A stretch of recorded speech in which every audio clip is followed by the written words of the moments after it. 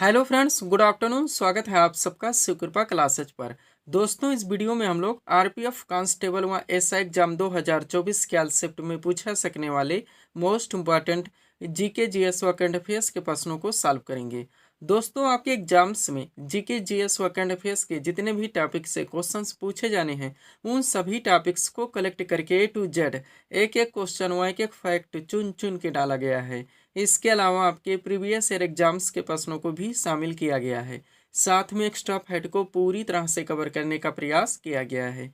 तो दोस्तों, आप लोग इन्हें कॉन्सेंट्रेट होकर चालू करें। क्वेश्चंस कम सॉल्व होने पर पुनः प्रश्नों का रिवीजन करें, ताकि आरपीएफ कांस्टेबल व एसआई एग्जाम 2024 में आप लोग जीके जीएस व करंट अफेयर्स के टॉपिक से अच्छे स्कोर कर सकें। ध्यान रखें दोस्तों, आपके एग्जाम में आपका पूरा जीके यानी कि हिस्ट्री, पॉलिटी, जियोग्राफी, इकोनॉमिक्स, आपका पूरा मिससेलेनियस यानी विविध का चैप्टर, पूरा आपका जीएस यानी कि जनरल साइंस व करंट अफेयर्स, इन सभी टॉपिक्स का आपके एग्जाम में अच्छा खासा वेटेज है। 50 क्वेश्चन आपके यहाँ से पूछे जाएंगे। तो चलिए दोस्तों, ज़्यादा समय न लेते हुए हम लोग इन सभी मोस्ट इंपॉर्टेंट प्रश्नों को सॉल्व करना शुरू करते हैं। दोस्तों, क्वेश्चन नंबर 1 है हमारा, भारत में नागरिकता संशोधन कानून किस तारीख से लागू हुआ। रिसेंटली करंट से मोस्ट इंपॉर्टेंट क्वेश्चन है दोस्तों, बिल्कुल आपके ट्रेंड में है, आपके लेवल में है। क्वेश्चन है हमारा, भारत में नागरिकता संशोधन कानून किस तारीख से लागू हुआ। करेक्ट आंसर होगा 11 मार्च 2024 से। अब चूंकि दोस्तों करंट से हमारा क्वेश्चन आया हुआ है, तो इस टॉपिक से जितने भी क्वेश्चंस बनते हैं, अधिकांश प्रश्नों को हम लोग यहीं पे कवर करेंगे। यही हमारे प्रिपरेशन की स्ट्रेटजी है दोस्तों, कि जिस भी टॉपिक्स को हम लोग उठाएंगे, उस टॉपिक्स के अधिकांश प्रश्नों को पूरे एक्स्ट्रा फैक्ट के साथ वहीं पे कवर करेंगे। ध्यान दीजिएगा दोस्तों, आप लोग सारे क्वेश्चन सेलेक्ट रखे गए हैं।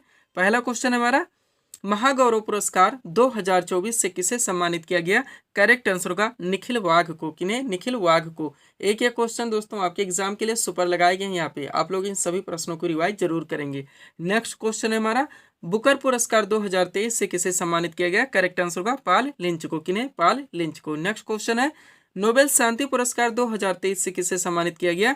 करेक्ट आंसर होगा नरगिस मोहम्मदी को। अगला क्वेश्चन है हमारा, अर्थशास्त्र के क्षेत्र में नोबेल पुरस्कार 2023 से किसे सम्मानित किया गया। तो क्लाउडिया गोल्डन को किया गया। पूरी तरह से आप प्रिपेयर रहेंगे। आगे बढ़ते हैं। क्वेश्चन है दोस्तों, 2023 में प्रतिष्ठित लोकमान्य तिलक पुरस्कार से किसे सम्मानित किया गया। तो प्रधानमंत्री नरेंद्र मोदी को किया गया है। नेक्स्ट क्वेश्चन, साहित्य में नोबेल पुरस्कार 2023 से किसे सम्मानित किया गया है। तो जॉन फांसे को, जो कि नॉर्वे से आते हैं। अगला क्वेश्चन देखेंगे क्या है, फेमिना मिस इंडिया 2023 का खिताब किसने जीता। तो नंदिनी गुप्ता ने जीता है। और राष्ट्रीय जांच एजेंसी यानी कि एनआईए के नए महानिदेशक कौन बने हैं। करेक्ट आंसर होगा सदानंद वसंत। पूरी तरह से आप लोग हर क्वेश्चन से यहाँ पे प्रिपेयर रहेंगे। आगे बढ़ते हम लोग।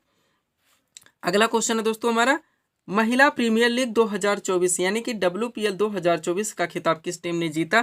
तो ये रॉयल चैलेंजर्स बेंगलोर ने जीता है। एक्स्ट्रा फैक्ट देखेंगे। आयोजन दोस्तों इसका 23 फरवरी से लेकर 17 मार्च नई दिल्ली में किया गया। विजेता इसमें रॉयल चैलेंजर्स बेंगलोर रही, जिस टीम की कप्तान स्मृति मंधाना थी। उप विजेता की बात की जाए तो दिल्ली कैपिटल्स रही, जिस टीम की कप्तान मैक लाइनिंग थी। संस्करण ये दूसरा था दोस्तों, इसमें टोटल 5 टीमों ने हिस्सा लिया था, ये भी आप लोग ध्यान रखेंगे। अगला क्वेश्चन देखेंगे क्या है, MS स्वामीनाथन पुरस्कार 2023 से किसे सम्मानित किया गया। तो VR कंबोज को किया गया है। किन्हें? VR कंबोज को। नेक्स्ट क्वेश्चन हमारा, राष्ट्रीय अनुसूचित जाति आयोग यानी कि NCSC का अध्यक्ष किसे नियुक्त किया गया है। तो किशोर मकवाना को। पूरी तरह से आप प्रिपेयर रहेंगे। नेक्स्ट क्वेश्चन हमारा, मार्च 2024 में कौन सा देश नाटो का 32वां सदस्य देश बना है। दोस्तों ध्यान रखेंगे, बिल्कुल अपडेटेड सुपर क्वेश्चन रहेगा आपके एग्जाम के लिए। क्वेश्चन है, मार्च 2024 में कौन सा देश नाटो यानी कि नॉर्थ अटलांटिक ट्रीटी ऑर्गेनाइजेशन का 32वां सदस्य देश बना है। तो स्वीडन है। अब इस नाटो का फुल फॉर्म होता है नॉर्थ अटलांटिक ट्रीटी ऑर्गेनाइजेशन यानी कि उत्तरी अटलांटिक संधि संगठन। स्थापना इसकी 4 अप्रैल 1949 को हुई थी। सदस्य देश वर्तमान में टोटल 32 हैं। 32वां नया अपडेटेड देश इसका सदस्य बना है स्वीडन। मुख्यालय इसका ब्रुसेल्स बेल्जियम में है। और महासचिव वर्तमान में दोस्तों नाटो के जेंस स्टोल्टेनबर्ग हैं। सारी चीजें आप लोग ध्यान रखेंगे। आगे बढ़ते हैं दोस्तों, ये हमारे करंट के क्वेश्चन थे जिनको हम लोगों ने एक साथ कवर किए हैं। थोड़ा सा PDF के बारे में बात करेंगे, पुनः हम लोग नेक्स्ट क्वेश्चन की ओर चलेंगे। ध्यान देंगे दोस्तों, आप लोग 4 PDF यहाँ पे हमारा लगा हुआ है, लेकिन हम लोग सबसे पहले RPF कांस्टेबल व एसआई एग्जाम 2024 के बारे में ही बात करेंगे। जिसका दोस्तों हम लोग यहाँ पे प्रिपरेशन भी कर रहे हैं। दोस्तों आप लोग जानते हैं इसमें 50 क्वेश्चन का जो आपका वेटेज है, यानी कि आपका पूरा GK, history, polity, geography, economics, पूरा आपका मिससेलेनियस यानी विविध का चैप्टर, पूरा आपका जीएस यानी कि जनरल साइंस व करंट अफेयर्स, इन सब के पूरे पाठ्यक्रम को टोटल 25 पीडीएफ में कंप्लीट किया गया है, जिसकी पेड फीस 100 रुपये रखी गई। व्हाट्सअप नंबर आप लोगों के सामने, जहां पर आप जुड़कर पीडीएफ ले सकते हैं। सेकंड पीडीएफ दोस्तों जो हमारे द्वारा अभ्यर्थियों को दिया जा रहा है, एक नया वर्जन पूरी तरह से रेडी किया गया है। ये कंबाइंड पीडीएफ है दोस्तों बिहार एसएससी व बिहार पुलिस कांस्टेबल का।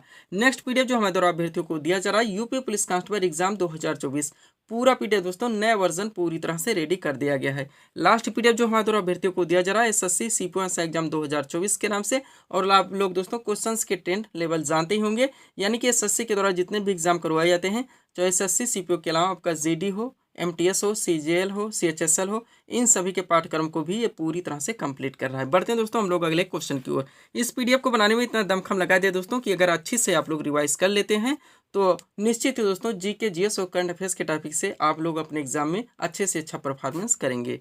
क्वेश्चन क्या हमारा नेक्स्ट, राज्य के नीति निर्देशक तत्व यानी कि डीपीएसपी का वर्णन संविधान के किस भाग में? करेक्ट आंसर का भाग 4 में। आपका ट्रेंडिंग टॉपिक है, ग्रीन टॉपिक है, राज्य के नीति निर्देशक तत्व। तो यहाँ पे एक सीट लगी है दोस्तों। इस टॉपिक से रिलेटेड जितने क्वेश्चंस बनते हैं, जितने फैक्ट निकलते हैं, सबको ए टू जेड पूरी तरह से कवर कर लिया गया है। अगर इस सीट को आप लोग रिवाइज रखते हैं तो इस टॉपिक से कोई भी क्वेश्चन आपके एग्जाम में आते हैं, ना क्वेश्चन आपसे मिस होंगे और ना ही एग्जाम में आप लोगों को इस टॉपिक में तुक्का लगाना पड़ेगा। तो चलिए शुरू करते हैं हम लोग। क्वेश्चन है हमारा, राज्य के नीति निर्देशक तत्व यानी कि डीपीएसपी का वर्णन संविधान के किस भाग में? करेक्ट आंसर होगा भाग 4 में। अब चलिए ए टू जेड आप लोग चीजें कवर कीजिए। पहला पॉइंट हमारा, राज्य के नीति निर्देशक तत्व यानी कि डीपीएसपी का वर्णन भारतीय संविधान के अनुच्छेद 36 से 51 तक है, जो कि संविधान का भाग 4 है। पूरी तरह से प्रिपेयर रहेंगे। अगला पॉइंट है, राज्य के नीति निर्देशक तत्व यानी कि जनतांत्रिक संवैधानिक विकास के नवीनतम तत्व हैं। ये भी ध्यान रखिएगा, जिनका उद्देश्य जन कल्याणकारी राज्य की स्थापना करना है। ये फैक्ट जरूर ध्यान रखिएगा, हजारों बार पूछा गया है। आगे बढ़ते दोस्तों, महत्वपूर्ण जो यहाँ से आर्टिकल निकलते हैं, आपके एग्जाम में डायरेक्ट क्वेश्चन बनते हैं, उनको हम लोग कवर करेंगे। ध्यान देंगे, राज्य के नीति निर्देशक तत्व के महत्वपूर्ण अनुच्छेद व प्रावधान इस प्रकार हैं। पहला आर्टिकल है दोस्तों आर्टिकल 40, मोस्ट इंपॉर्टेंट। इस आर्टिकल में दोस्तों ग्राम पंचायत की स्थापना का प्रावधान किया गया है। क्वेश्चन दोनों तरफ से पूछे जाते हैं, ध्यान रखिएगा। कभी कभी क्या होता है, आपके क्वेश्चन में आर्टिकल दिया आता है और आपके ऑप्शन में कॉन्सेप्ट दिए जाते हैं और आपको आंसर देने होते हैं। जैसे पूछ लिया जाए डायरेक्टली कि अनुच्छेद 40 का संबंध किससे है, और आपके ऑप्शन में दोस्तों कॉन्सेप्ट दिए आते हैं, तो ध्यान रखिएगा। और कभी कभी क्वेश्चन को ट्रेंड करके घुमा दिया जाता है कि ग्राम पंचायत की स्थापना का प्रावधान भारतीय संविधान के किस अनुच्छेद में वर्णित है? तो अनुच्छेद 40 में। इसलिए मैं दोस्तों रिवीजन व पीडीएफ के बारे में आप लोगों को बार बार फोकस करवाता रहता हूँ। Next point article 44, most important super point है, आप लोग जानते हैं। इसमें दोस्तों नागरिकों के लिए एक समान सिविल संहिता यानी कि नागरिक संहिता यूसीसी, यूनिफॉर्म सिविल कोड, जो कि वर्तमान में भी चल रहा है, करंट का मुद्दा है, का प्रावधान किया गया है। अनुच्छेद 48 का की बात की जाए तो पर्यावरण का संरक्षण और संवर्धन एवं वन तथा वन्य जीवों की रक्षा का प्रावधान किया गया है। आर्टिकल 50 में दोस्तों कार्यपालिका से न्यायपालिका के पृथक्करण का प्रावधान है, और आर्टिकल 51 में अंतर्राष्ट्रीय शांति और सुरक्षा की वृद्धि का प्रावधान किया गया है। पूरी तरह से प्रिपेयर रहेंगे। थोड़ा सा नोट देखिए ताकि आपका टॉपिक कंप्लीट हो सके। दोस्तों भारतीय संविधान में वर्णित नीति निर्देशक तत्वों की प्रेरणा आयरलैंड के संविधान से ली गई है, ये भी आप लोग ध्यान रखेंगे। सब्सक्राइब करें आप हमारी स्टडी चैनल शिवकृपा क्लासेज को इसी तरह के वीडियोस के लिए। सब कुछ आपके पीडीएफ में पूरी तरह से मेंशन है। सारे क्लासेस के वीडियोस के पीडीएफ भी हमारे द्वारा अभ्यर्थियों को दिए जा रहे हैं।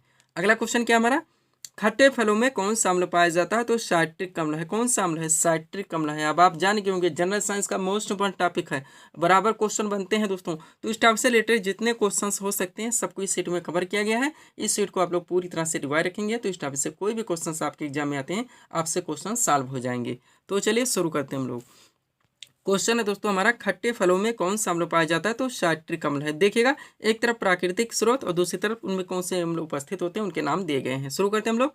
सबसे पहले देखिएगा, फलों के रस, सुगंधित तेलों में और सिरका में, तीनों के साथ दे दिया है। मोस्ट ऊपर निकलते हैं, आप लोग जानते हैं डॉक्टर पूछा था सिरके में कौन सा अम्ल, तो इस तीनों में दोस्तों एसिटिक अम्ल पाया जाता है, ध्यान रखेंगे। चींटी का डंक मोस्ट इंपोर्टेंट, इसमें फार्मिक अम्ल होता है। खट्टे फलों में दोस्तों साइट्रिक अम्ल होता है। दही में कौन सा अम्ल पाया जाता है? तो लैक्टिक अम्ल है, ध्यान रखेंगे आप लोग। एक ही पॉइंट, कभी कंफ्यूजन क्रिएट यहाँ से नहीं करने हैं। इमली में दोस्तों और अंगूर में टार्ट्रिक अम्ल होता है। सेब में मैलिक अम्ल होता है। और सरेल के वृक्ष में दोस्तों मोस्ट इंपॉर्टेंट आक्जेलिक अम्ल उपस्थित होता है, ध्यान रखेंगे। पीडीएफ के बारे में ऑलरेडी बात हो ही चुकी है। कंबाइन है हमारा बिहार एसएससी और Bihar police constable 2024, RPF constable वैसे एग्जाम 2024, एसएससी सीपीएस एग्जाम 2024 सब पूरी तरह से कंप्लीटेड है और यूपी पुलिस कांस्टेबल एग्जाम 2024 का नया वर्जन भी पूरी तरह से कंप्लीट है। चलते हैं दोस्तों अगले क्वेश्चन की ओर। अगला क्वेश्चन हमारा क्या है, प्रसिद्ध चिकित्सक चरक किसके दरबार में रहते थे? तो कनिष्क के। महत्वपूर्ण जो दोस्तों कवि है, विद्वान है, आप जानते हैं डायरेक्टली क्वेश्चंस बनते हैं कि किनके दरबार में रहते थे। तो एक सीट में सब कुछ पूरी तरह से मेंशन है दोस्तों, इसको आप लोग पूरी तरह से रिवाइज रखिएगा ताकि इस टॉपिक से कोई भी क्वेश्चन आपके एग्जाम में मिस ना हो। चलिए शुरू करते हैं हम लोग।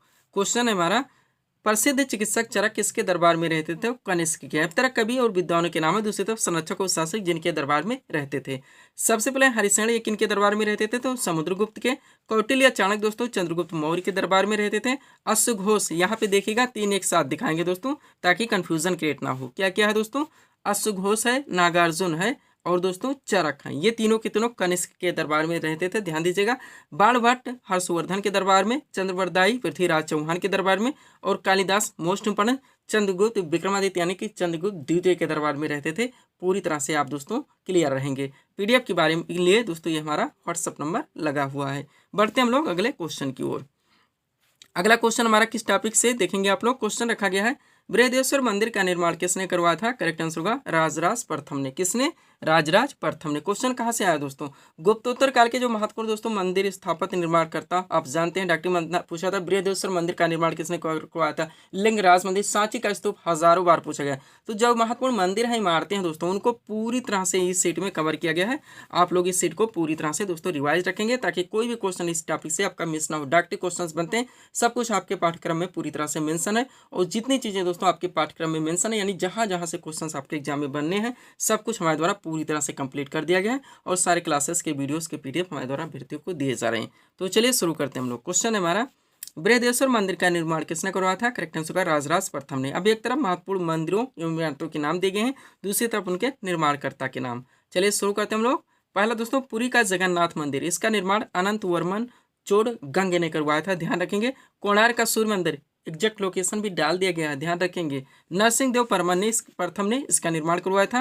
कंदारिया महादेव का मंदिर का निर्माण दोस्तों धनदेव चंदेल ने करवाया था। कैलाश मंदिर जो कि एलोरा में पड़ता है, इसका निर्माण कृष्ण प्रथम ने करवाया था। आगे बढ़ते हम लोग। अगला क्या दोस्तों हमारा देखेंगे आप लोग, एलिफेंटा के गुहा मंदिर का निर्माण राष्ट्रकूटे ने करवाया था। तट मंदिर जो कि मामल्लपुरम में पड़ता है, नरसिंह वर्मन द्वितीय ने करवाया था। और इसी के साथ देखेंगे कैलाश मंदिर जो कि कांची में पड़ता है, इसका भी निर्माण नरसिंह वर्मन द्वितीय ने ही करवाया था।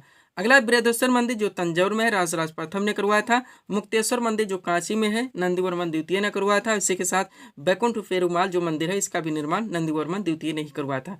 लास्ट है दोस्तों महाबलीपुर के एकास्मक रथ का निर्माण किसने करवाया था? हजारों बार पूछा गया, नरसिंह वर्मन प्रथम में करवाया था। पूरी तरह से आप प्रिपेयर रहेंगे। बढ़ते हैं अगले क्वेश्चन की ओर। सब कुछ आपके पीडीएफ में दोस्तों पूरी तरह से मेंशन है। अगला क्वेश्चन क्या हमारा, संतोष ट्रॉफी किस खेल से संबंधित है? करेक्ट आंसर होगा फुटबॉल से। आपका मिसलेनियस यानी विविध वाला चैप्टर ये है दोस्तों स्टैटिक जीके से। तो हम लोग क्या करेंगे, स्टैटिक जीके के जितने भी हमारे टॉपिक्स हैं, चाहे हमारा हिस्ट्री का टॉपिक्स हो, पॉलिटी का हो, जियोग्राफी का, इकोनॉमिक्स, पूरा हमारा मिसलेनियस विविध का चैप्टर हो, जनरल साइंस, इन सबके जो मोस्ट में क्वेश्चंस बनते हैं दोस्तों आपके सभी वनडे एग्जाम में बार बार पूछे थे, रिपीट होते रहते, उन प्रश्नों को यहाँ पे कवर करने का प्रयास किया गया है। ध्यान देंगे दोस्तों, एक एक क्वेश्चन इसमें आपको ऐसे मिलेंगे जो कि आपके बराबर वनडे एग्जाम में पूछे जाते हैं और रिपीट होते रहते हैं। तो चलिए शुरू करते हैं हम लोग पहले क्वेश्चन से। क्या हमारा क्वेश्चन, खाना पकाने वाले सोडे का रासायनिक नाम क्या है? तो सोडियम बाइकार्बोनेट होता है, ध्यान रखेंगे। नेक्स्ट, समुद्र के पानी में सबसे अधिक लवण कौन सा है? तो सोडियम क्लोराइड है। अगला है, रबड़ को कड़ा करने के लिए किस पदार्थ को मिलाया जाता है? तो सल्फर है। और दोस्तों मानव शरीर की सबसे बड़ी और मजबूत हड्डी कौन सी है? तो फीमर है। जांघ की हड्डी भी लिख के ऑप्शन में आता है, ध्यान रखेंगे आप लोग। आगे बढ़ते हम लोग। क्वेश्चन क्या हमारा, प्रकाश संश्लेषण के लिए आवश्यक गैस कौन सी है? तो कार्बन डाइऑक्साइड है। नेक्स्ट, सूर्य के प्रकाश से कौन सा विटामिन प्राप्त होता है? तो विटामिन डी है। अगला, अदरक का कौन सा हिस्सा खा जाता है? तो तना है। दौड़ लगाते समय मनुष्य के रक्तचाप पर क्या प्रभाव पड़ता है? तो रक्तचाप बढ़ जाता है। नेक्स्ट, दर्पण को चमक देने के लिए किसका प्रयोग किया जाता है? सिल्वर नाइट्रेट का। नेक्स्ट, रॉकेट किस सिद्धांत पर कार्य करता है? तो संवेग संरक्षण के सिद्धांत पर। अगला है, तारों व सूर्य की ऊर्जा का स्रोत क्या है? तो नाभिकीय संलयन की प्रक्रिया है। वह संपूर्ण जेनेटिक कोड का पता किसने लगाया? हरगोविंद खुराना ने। आगे बढ़ते हैं। क्वेश्चन है, डीएनए का डबल हेलिक्स मॉडल किसने दिया? तो वाटसन ने दिया था।